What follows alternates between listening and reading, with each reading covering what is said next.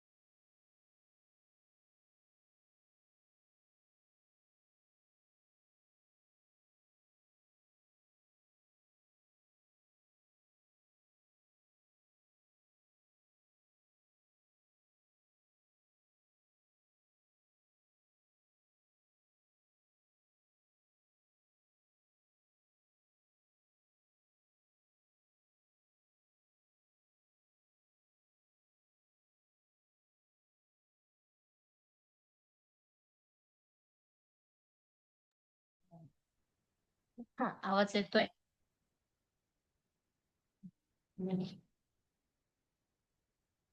हो मॅडम.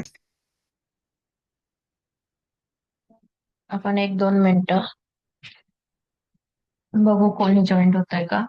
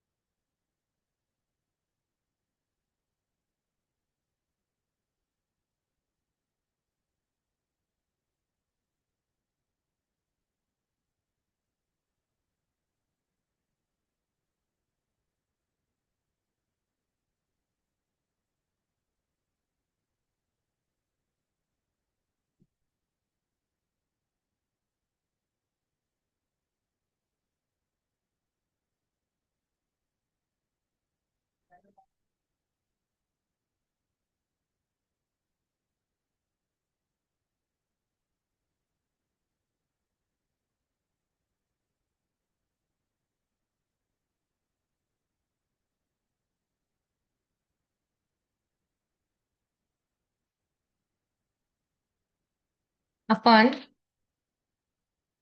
एक Harshal, Neptune, Pluto हे 3 ग्रह आहेत जे वैदिक मध्ये मानले जात नाहीत. वैदिक ज्योतिष मध्ये जे आपण शिकतोय त्याच्यामध्ये पण तरी पण एक झलक बघून घेऊ.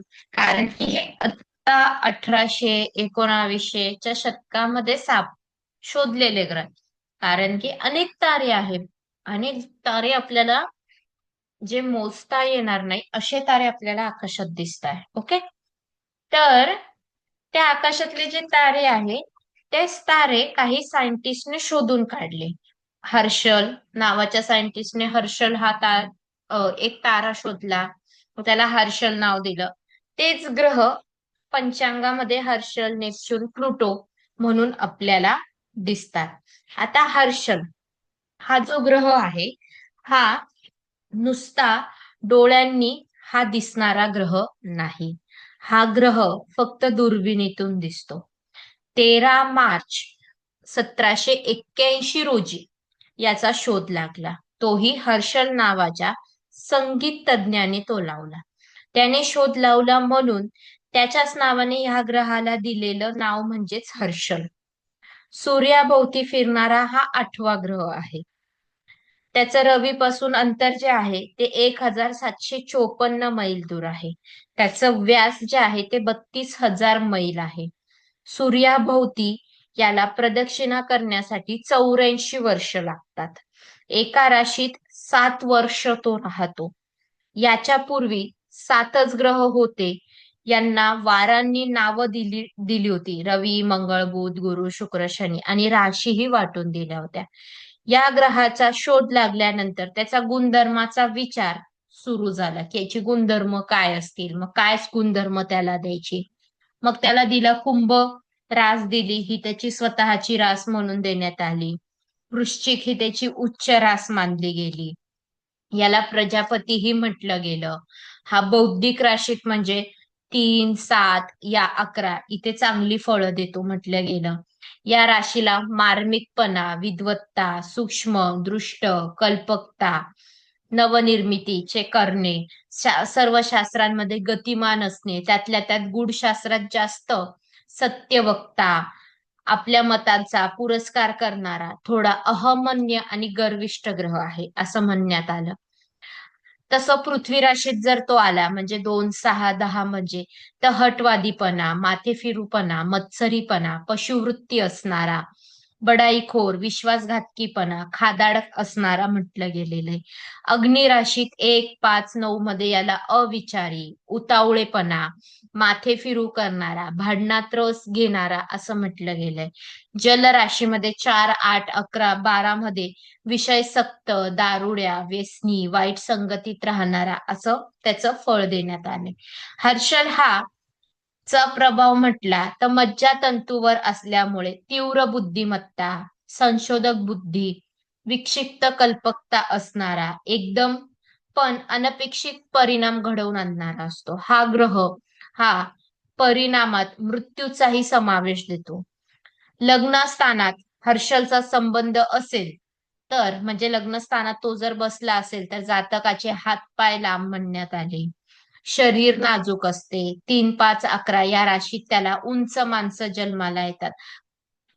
3, 7, 11 मध्ये त्याची वेगळी फळं म्हणजे जसा राशी सोबत बसल तसा तो फळ देण्यास परिणामकारक ठरतो. तो विवाह मोडतो पण विवाह घडवून पण आणतो. याचे जर आजार म्हटले तर आजार हे हिस्टेरिया, अर्धांगवायू, मानसिक विकृती, विस्मरण, एखाद्या अवयवाचे फाजील वाढ होणे, त्याच्यानंतर गर्भपात, अकाली प्रस्तुती होणे, स्फोट होऊन दुखापत होणे, इलेक्ट्रिक शॉक बसणे, कोरडा खोकला, छातीची धडधड, मणक्यांचे आजार, गुप्त रोग हे आजार हर्षलकडे आहेत. हर्षलचा जर व्यवसाय म्हटला तर संशोधन, ख्याती, भविष्यवादी, कोरीव काम करणे, प्राचीन वस्तूचा शोध लावणारा, मेस्मिरिज, इलेक्ट्रिक रेडिओ, यंत्र, शास्त्रज्ञ, इंजिनियर, टेलिफोन, टेलिव्हिजन, बनतारी, संदेश, मोटार, आगगाडी, विमान, आधुनिक संशोधन, नवनवीन उत्पन्न, ऑटोमॅटिक एनर्जी ही सर्व धंदे वाढवतो. हर्षल हा इतर ग्रहांशी वाईट संबंध किंवा योग होत असेल तर हर्षल हा प्रभावाखाली असलेल्या ग्रहांचा किंवा पदार्थांच्या किमतीत एकदम घसरण आणि शुभ योगात किमतीची वाढ करून देतो. वाईट योगात प्रभावित वस्तूंचं शेअर संप करतो. विजेमुळे अपघात करवतो. हर्षल हा सारखा बदलणारा चंद्रासारखा ग्रह आहे. याचा अर्थ हा ही माणसे मनाने दुर्बल नसून अतिशय कणखर प्रवृत्तीची असतात. श्रद्धापूर्वक निष्ठेचे आपली मतं बदलतात. हा ग्रह कणखर आणि निश्चयात्मक उच्छादी प्रवृत्तीचा असतो. हे लोक आपल्या अंतिम ध्येयावर चिटकून असतात. कोणाचाही प्रभाव त्यांच्यावर पडणार नाही व दुसऱ्यांचा ताबा स्वीकारणार नाही. खालच्या दर्जाच्या नोकऱ्या ह्या सुद्धा हर्षलकडे आहेत. हर्षल हा ग्रह आता म्हणजे मी जसं सांगितलं प्रमाणे 1781 मध्ये शोध लागलाय. त्याच्या अगोदरच्या पत्रिकेमध्ये हर्षल नव्हता. आपले नवग्रहच होते. जसं आता तुम्ही वेद शिकता, वेदांमध्ये सुद्धा नवग्रहांचाच उल्लेख आहे. आपण पूजेसाठी मानले जातात नवग्रहच मानले जातात. तिथे कुठे तुम्हाला हर्षल, नेपच्यून, प्लुटो ही ग्रह मांडलेली दिसणार नाही. म्हणून त्याला आपण जास्त महत्व देत नाही. तेवढ्या पुरता महत्व देतो. याच्या नोट्स मी तुम्हाला ग्रुपवर फोटो काढून देईल. त्या तुम्ही नंतर लिहून घ्या. ज्यांना वाटत असेल त्यांनी. त्यानंतर आपण घेतो नेपच्यून. नेपच्यून हा रवीपासून सर्वात दूर ग्रह आहे. तर रवीपासून अनेक तारे दूर आहेत. जसं आता आपण म्हणतो ईदच्या दिवशी शुक्र आणि चंद्र एकत्र येतात म्हणून चंद्राजवळ जी चांदणी दिसते ती शुक्राची. तसे हे जे तारे दिसतात स्टार, हे सगळे ग्रहच आहे. ग्रह उपग्रह मग असे तर किती करोडो ग्रह आपल्या पत्रिकेत बसतील.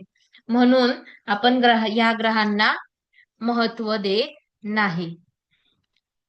रवीपासून हा ग्रह सर्वात दूर आहे.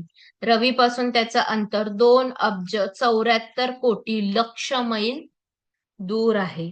याचा शोध खगोलशास्त्रात 1846 साली झाला.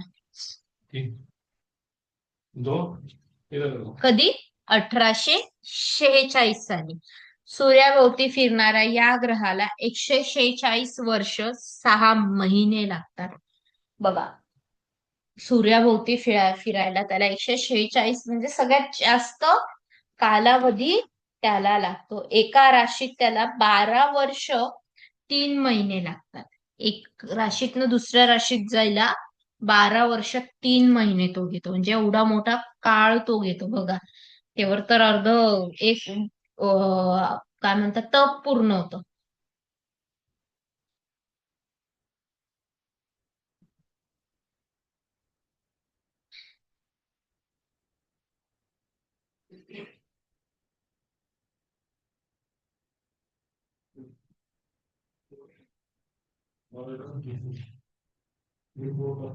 या ग्रहाचा शोध लागल्यापासून सर्व राशीत भ्रमणात फलांची अजून सूक्ष्म रीतीने पूर्ण माहिती झालेली नाही. हा ग्रह जलतत्वाचा आहे असं म्हणण्यात आलं आहे. त्याला वरून सुद्धा नाव देण्यात आलेलं आहे. अग्रगण्य गोष्टींवर नेपच्यूनची सत्ता आहे. माणसातील मनाचे सर्व विकारांवर त्याचं प्रभुत्व आहे. याचं व्यास 27,600 मैल आहे. पृथ्वीपेक्षा हा 1756 पट मोठा आहे. हा जलतत्वाचा ग्रह असल्यामुळे याची समुद्रावर सत्ता आहे. मनुष्याच्या भावनातील मनोविकार, भावनांचे विकार, विचार, त्या विकारांवरच्या लहरी यावर नेपच्यूनची सत्ता म्हणण्यात आलेली आहे. गूढ विद्या, आध्यात्मिक ज्ञान, त्रिकाळ ज्ञान याचाही कारक त्याला म्हणण्यात गेलेला आहे. वैमानिक विद्येचा कारक नेपच्यून आहे. कल्पना, साम्राज्य, योग्य सामर्थ्य, तत्वज्ञ, मेस्मेरिझम, दुसऱ्यांवर विचार जाणणे, अस्फूर्ती अंतर्ज्ञान, भविष्यज्ञान याचाही कारक आहे. हर्षलचा या विद्येवर अधिकार आहे. जास्त प्रभावी कोण आहे हे अजून निश्चित झालेलं नाही. अनुभवाने ठरवावं लागतं. संबंधित नेपच्यून उत्साह तीव्रतेने देतो. गायन, काव्य, गूढविद्या, मंत्रशास्त्र ज्यामध्ये अंतस्फूर्ती असते अशी सर्व गूढशास्त्र नेपच्यूनच्या अंमलाखाली येत असतात. हे सर्व गुण शुभ संबंधित नेपच्यूनचे आहेत. दूषित नेपच्यून मानसिक चंचलता, दूषित म्हणजे जसं त्याला राशी तर नाहीये पण त्याला शत्रू मित्र पण नाहीये. त्याला दूषित कसं म्हणावं हा वैदिक मध्ये प्रश्न पडतो. पण तरी पण चंचलता माणसामध्ये असेल, दिमाग वगैरे हे अशुभ परिणाम आहे. अष्टम मध्ये तो दूषित म्हणण्यात आलेला आहे. 6-12 मध्ये आपण म्हणू की त्याला दूषित म्हणण्यात आलंय. शरीरावर, मानेवर, विचारांवर ताबा राहत नाही. पोरकटपणा, धुम्मेपणा हे दोष असतात. बिघडलेला नेपच्यून हा नैतिक आचरण चांगला नाही. ज्ञान, होणारे रोग, वेडे, हिस्टेरिया, उन्माद हे सुद्धा नेपच्यूनकडे देण्यात आलेले. म्हणजे नेपच्यूनला वैयक्तिक असं तत्व नाहीये. बघा सगळं मिक्सिंग आहे. जे आपण राहूकडे पण वेडेसरपणा पाहिला, बुधाकडे पण पाहिला, तोच नेपच्यूनकडे आहे. कला आपण बुधाकडे बघितली, तीच कला गायन वादन चंद्राकडे बघितली, तीच त्याच्या असं तत्व एक नाही. म्हणून हर्षल, नेपच्यून, प्लुटो हे ग्रह आपण जास्त साधारणतः मानत नाही. त्यामुळे आपण ह्याच्यावर जास्त स्टडीकडे वळणार नाही. ओके. मी कालच्या याच्यात तुम्हाला सांगितलं होतं की आपल्याला काही योग शिकायचे. पण योग शिकायच्या पूर्वी आपल्याला योगांमध्ये पास्ट, प्रेझेंट, फ्युचर हे पण योग शिकणार आहोत. की कोणता ग्रह कोणता योग करवून आणतो आणि त्याच्या जातकाचा परिणाम काय घडतो. त्याच्या आधी आपण एक नवमोश कुंडलीकडे झळक मारणार आहोत, म्हणजे योग समजायला तुम्हाला सोपं जाईल. कारण कर्तरी, पाप कर्तरी, त्याच्यानंतर दृष्टी, बऱ्याच गोष्टी आहेत ज्या गोष्टी आपल्याला प्रेडिक्ट करताना जन्मकुंडली आणि नवमोश कुंडली ह्या दोन्हीकडे बघाव्या लागतात. सगळ्यांकडे ऍस्ट्रोस्टेज ऍप आहे.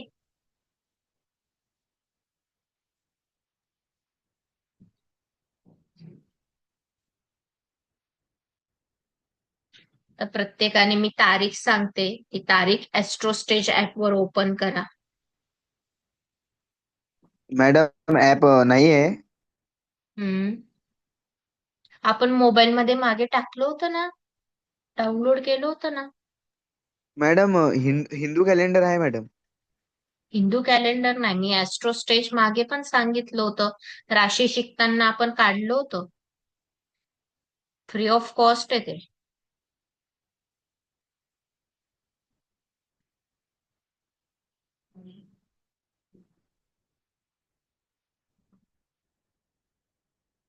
करा, ऍस्ट्रोस्टेज डाउनलोड करा.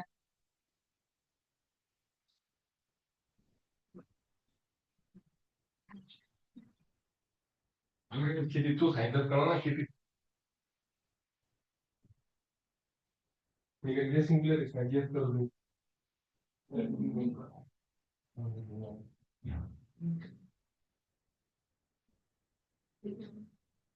डाउनलोड केलं की सांगा मला.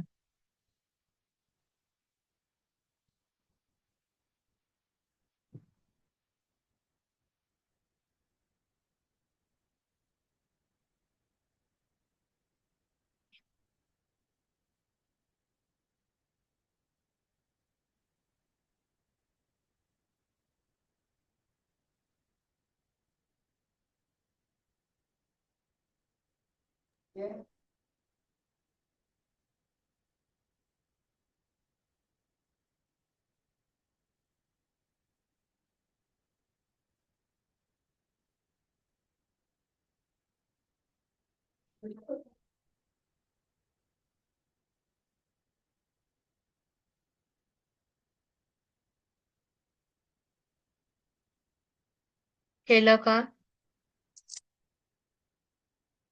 हम्म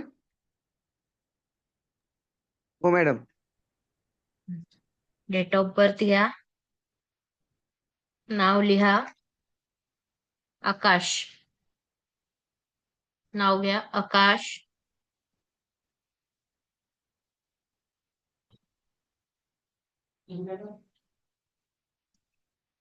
मैडम तारीख कीजिए। तारीख घ्या 21/1/99, 1999.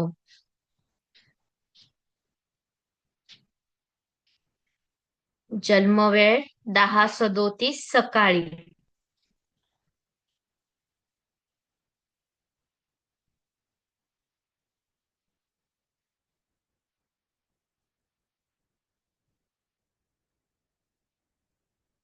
जन्म ठिकाण संभाजीनगर, तिथे औरंगाबादी.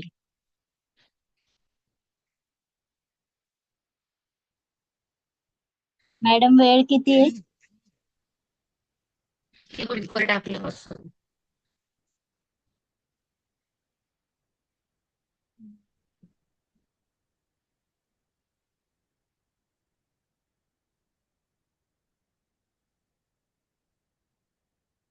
कुंभ लग्न आलं का?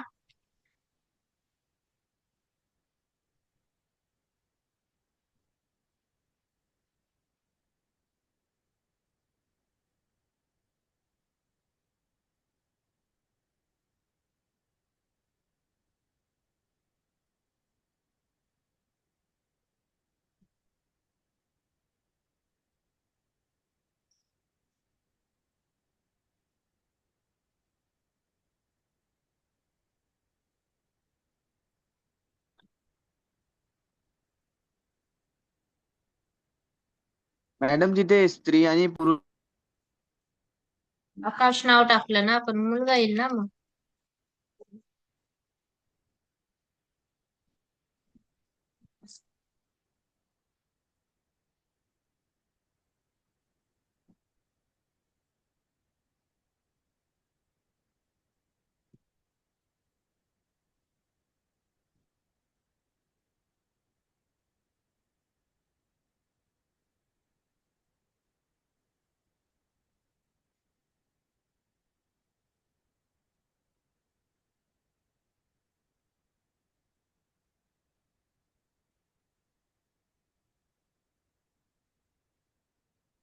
आलं का कुंभ लग्न आलं?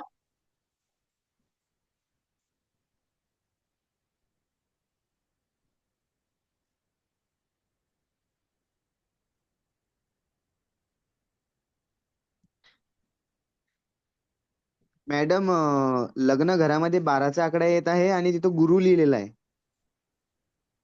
हो मॅडम 12 येतोय आकडा लग्न घरामध्ये. एक मिनिट हा.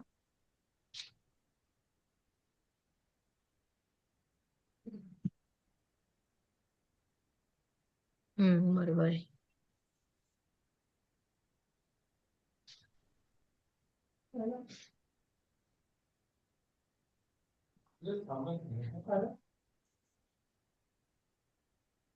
आई वेट करती आवाज येत असताय. आई वेट करती म्हणजे दारात कोण आणि आवाज येत असतो तुम्हाला पुढे चालले गेले वाटतं. प्रथम स्थानात मीन लग्न आहे.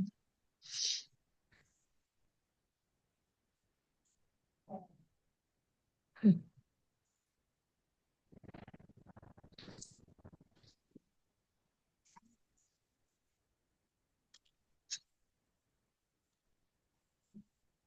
हम्म. नवमोश कुंडलीत कन्या लग्न आलं प्रथम स्थानात. हो मॅडम. हा. आता ज्यावेळेस आपण जातकाचं प्रेडिक्शन देतो त्यावेळेस आपल्याला जन्म कुंडली आणि कुंडलीची गरज असते. त्याशिवाय आपण प्रेडिक्शन देऊ शकत नाही. आता जन्मकुंडली आपण बघितली, जातकाचा जन्म ज्या वेळेस होतो त्यावेळेसची असते जन्मकुंडली. मग नवमोश कुंडली म्हणजे काय? नवमोश कुंडलीचा अभ्यास करणं खूप आवश्यक असतं. नवमोश कुंडली शिवाय जन्मकुंडलीचा फक्त अभ्यास करणं योग्य नाही. जन्मकुंडली जर शरीर आहे तर नवमोश कुंडली आत्मा आहे. जन्मकुंडली सोबत नवमोश बघितली जाते. जन्मकुंडलीत जो ग्रह बलवान आहे तर तो ग्रह खरंच बलवान आहे का नाही हे बघण्यासाठी नवमोश कुंडली बघितली जाते. जसं आता जन्मकुंडली एक ग्रह आहे, गुरु आहे, उच्च राशीत बसलेला आहे, तर तो खरंच उच्चेचेच फळ देणार आहे का कमी जास्त फळ करणार आहे हे बघण्यासाठी कुंडली बघितली जाते. किंवा एखादा ग्रह नीच राशीत आहे, फॉर एक्झाम्पल शनी मेष राशीत नीचेचा बसलाय, तर तो खरंच नीचेचेच फळ देणार आहे की नाही हे बघण्यासाठी नवमोश कुंडली बघितली जाते. त्याचबरोबर जातकाचा past present future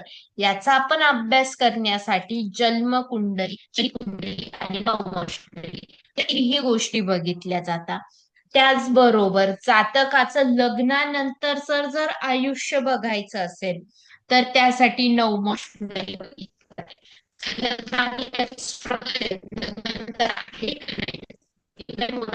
madam madam आवाज आवाज ब्रेक होता. बस ब्रेक होतो मॅडम. आवाज ब्रेक होतोय. एक मिनिट. लग्नानंतर त्याचं भाग्य फळ देणार आहे की नाही, लग्न त्याला लग्न त्याचं चांगलं होणार आहे की नाही, लग्न कधी जमणार आहे, ह्या ज्या गोष्टी आहेत, लाईफ पार्टनर कसा असणार आहे, लाईफ पार्टनरचं सुख कसं असणार आहे, हे जर बघायचं असेल तर नवमोश कुंडली बघितली जाते. आणि याच्याच मध्ये तुम्हाला चलित कुंडली असेल बघा, थोडं स्लाइड करा. चंद्र कुंडली नंतर चलित कुंडली दिसते का? आहे मॅडम. हो हा. मॅडम. आता चलित कुंडलीचा पण मी फोटो टाकते ग्रुपवर तुम्हाला. तुम्हाला लग्न सेम दिसतंय दोघांचं बघा. मीन लग्न आहे दोघांचं, हो मॅडम. बरोबर आहे? हो. चलितचं पण आणि जन्मकुंडलीचं पण. हो मॅडम. गुरु आहे, चलित कुंडलीत पण प्रथम स्थानात गुरु आहे, जन्म कुंडलीत द्वितीय स्थानात शनी आहे, चलित कुंडलीत सुद्धा द्वितीय स्थानामध्ये शनी आहे. जन्म कुंडलीत तृतीय स्थानात काही नाही, चतुर्थ स्थानात काही नाही, जन्मकुंडलीत सुद्धा तृतीय स्थानात काय चलित कुंडलीत सुद्धा तृतीय स्थानात काय नाही, चतुर्थ स्थानात काहीच नाहीये. जन्मकुंडलीत चतुर्थ पंचमात राहू बसलाय.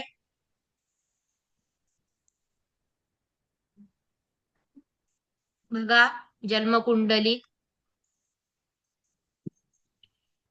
मी ग्रुपवर फोटो टाकले बघा.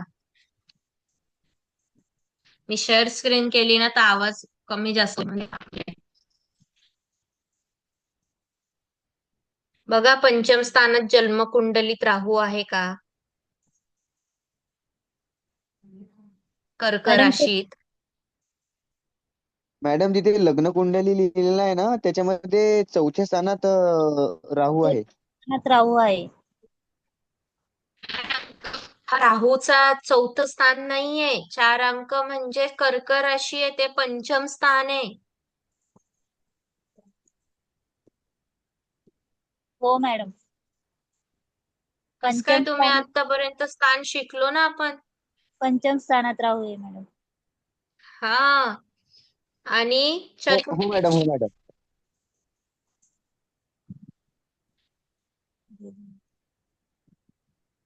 आलं लक्षात मॅडम. हो मॅडम बरोबर. हा हा आता पंचम लक्षात आलं, कसं कन्फ्युज झालं होतं थोडं. हा जन्मकुंडलीत सप्तम स्थानात काय नाहीये, चलित कुंडलीत सप्तम स्थानात काय नाहीये आहे. तसंच चलित कुंडलीत पण अष्टम स्थानात मंगळ आहे, नवम स्थानात प्लुटो, नवम स्थानात प्लुटो दोघींकडे आहे. दशम स्थानामध्ये जन्मकुंडलीत बुध आहे, तर चलित कुंडलीत दशम स्थानात बुध आहे का? नाही मॅडम. जन्मकुंडलीत एकादश स्थानामध्ये केतू, नेपच्यून, सूर्य, शुक्र, हर्षल आहे. तसंच चलित कुंडलीत जर पाहिलं तर फक्त हर्षल, सूर्य, बुध, नेपच्यून आहे. काही ग्रह 12व्या स्थानात गेलेले. तसंच मॅडम मॅडम आवाज ब्रेक होत आहे. दिसतंय सर्वांना? मॅडम आवाज ब्रेक होत आहे. लग्न एक आहे, कुंडलीचं लग्न एक आहे, पण ग्रह वेगवेगळे बसलेले दिसताय. काही ग्रह त्याच ठिकाणी आहे आणि काही ग्रह मागे पुढे झालेले दिसताय सर्वांना. हो मॅडम. हा आता ज्या वेळेस एखादा जन्माला येतो, त्याच्याबरोबर बरोबर आहे? त्याच गावात, त्याच हॉस्पिटलमध्ये, ठीक आहे, पण त्यांची किंवा ट्विन्स जन्माला येतात त्यावेळेस दोघांचं आयुष्य वेगवेगळं असतं. सेम असतं का? नाही मॅडम वेगळं असतं. हा आवडी-निवडी वेगळ्या असतात. त्यांच्या आयुष्यात लाईफ पार्टनर वेगळे असतात, हॉबीज वेगळ्या असतात, शिक्षण वेगळं घेतात, ह्या गोष्टी वेगळ्या असतात. मग हे जे बघितलं जातं की ही जातकाचं आयुष्य नेमकं कोणतं आहे, तर त्यासाठी चलित कुंडलीचा पण आधार घेतला जातो, जन्म कुंडली पण बघितली जाते. त्याचबरोबर अजून एक कुंडली आहे जी आहे केपी कुंडली, जी कृष्ण कुंडली म्हणते. सुद्धा तुम्हाला मॅडम आवाज ब्रेक त्याचा होतो तुमचा. आवाज ब्रेक होतोय, आज नेटचा प्रॉब्लेम आहे काय? बिलकुल आवाज येत नाही मॅडम, पूर्ण आवाज गुंततोय.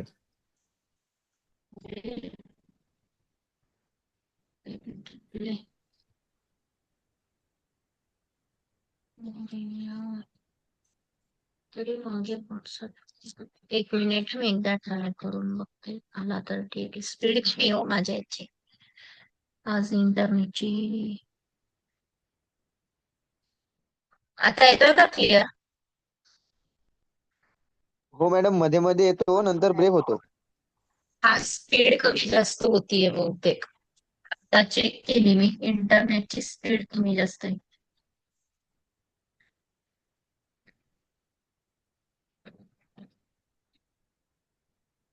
थांबून उद्या घ्यायचा का? कारण हा थोडा महत्वाचा पॉइंट आहे.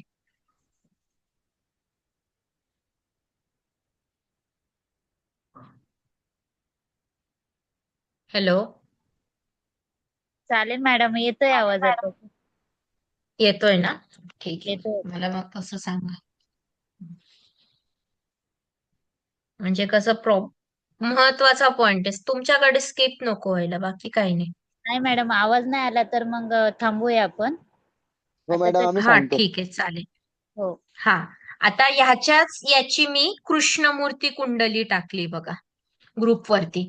त्याच्यात तुम्हाला स्थिती ग्रहांची सेम आहे, बट मंगळ फक्त सप्तम स्थानात आलेला दिसतोय का?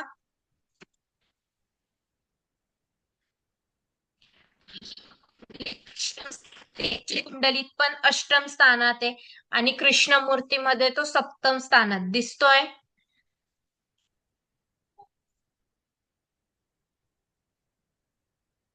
हो मॅडम. हा, आता ज्या मॅडम वेळेस जातक जन्माला आहे, आता आपण याचा time हॅलो. घेतलाय सकाळी 10:30 वाजेचा, ओके. ज्यावेळेस पंचांगात कुंडली काढायला शिकलो, सोलापूर लग्न समाप्ती, ती जी कुंडली काढायला शिकलो, त्यावेळेस जे राशी लग्न बदलत होतं ते अर्ध्या अर्ध्या 1-1.5 तासाने बदलत होतो, ओके. म्हणजे तो जो पिरियड जातक जन्माला येतो, तो जातक मीन लग्नावर अनेक जातक जन्माला येतात, अनेक येतात, पण त्याचा स्वभाव एक नसतो, ते एज्युकेशन घेत नाही, त्यांचं राहणीमान एक नसतं, त्यांची फील्ड वेगवेगळी असते, लाईफ पार्टनरच्या बाबतीत मतं वेगवेगळे असतात. ह्याचे डिफरन्स म्हणजे एका वेळेस जन्माला आलेल्या जातकाच्या 4 कुंडल्या राहतात. ही कुंडली आणि त्याला आधार असतो नवमोष कुंडलीचा. मग आता आपल्याला ह्यावरनं 4ही कुंडल्या प्रेडिक्ट नाही करायच्या असतात. आपण आता जसं मी ही जी आकाशची कुंडली काढलीये, तर आकाशला मी सगळ्यात पहिले त्याच्या हॉबीज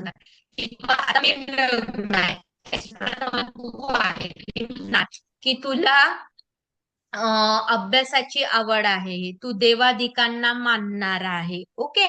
मग तसं प्रत्येक ग्रहापरत्वे मी त्याला त्याची पास्ट हॉबीज, अजून मी तुम्हाला पास्ट शिकवला नाही, योग शिकवले नाही, युती शिकवल्या नाही, म्हणून तुम्हाला थोडं डोक्यावरनं जाईल. पण सगळ्यात पहिले त्याचा पास्ट सांगणार की त्याचा ब्रेकिंग झालेला आहे का, इमोशनल प्रॉब्लेम आलेले आहे का, तो त्याचा ऍक्सिडेंट झालेला आहे का, त्याला कोणते हेल्थ इश्यूज आहे का, त्याचं घरातल्यांबद्दलचं मत काय आहे, त्याचे विचार काय आहे, हे मी प्रत्येक स्थानापरत्वे त्याला फळ सांगणार. मग तो मला म्हणणार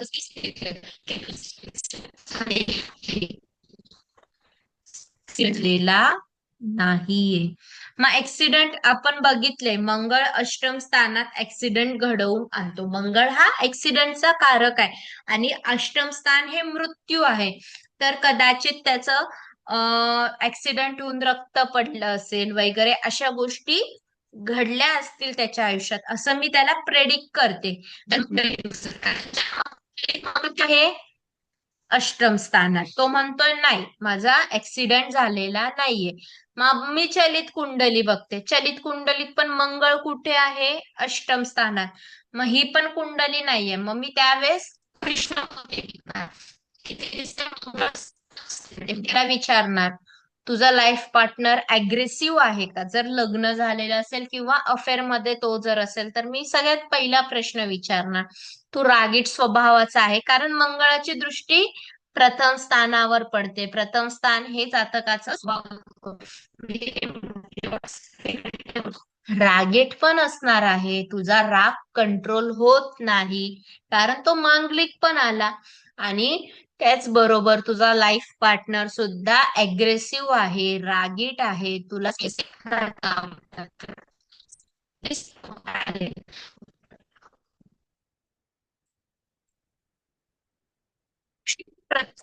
हो मॅम, मला तो त्रास. हे जे प्रेडिक्शन आहे की जातकाचा जो पास्ट आहे, तो पास्ट किंवा त्याला होणारा जर त्रास आपल्याला माहिती असेल पत्रिकेवरनं, तर 100% आपण त्याला कोणती कुंडली फळ देते आणि त्याचं अॅक्युरेट लाईफ मध्ये काय चाललंय हे प्रेडिक्ट करू शकतो. म्हणून जातक मी सुरुवातीला पण बोललेले की जातकाच्या आयुष्यात एकच कुंडली फळ देत नाही. आणि मग ज्या वेळेस मी प्रेडिक्ट करल त्या predict करते. मॅडम कुंडलीचा आवाज ब्रेक होतोय आधार तुमचा. घेणार. आवाज ब्रेक होतोय, आवाज ब्रेक होणार आहे कारण स्पीड कमी आहे. मॅडम थांबूया मग आपण, समजत नाही मग काहीच. ठीक आहे, चालेल, उद्याला घेऊ, काय हरकत नाही, हाच विषय डबल घेऊ. हो चालेल मॅडम. चालेल. जय श्री राम.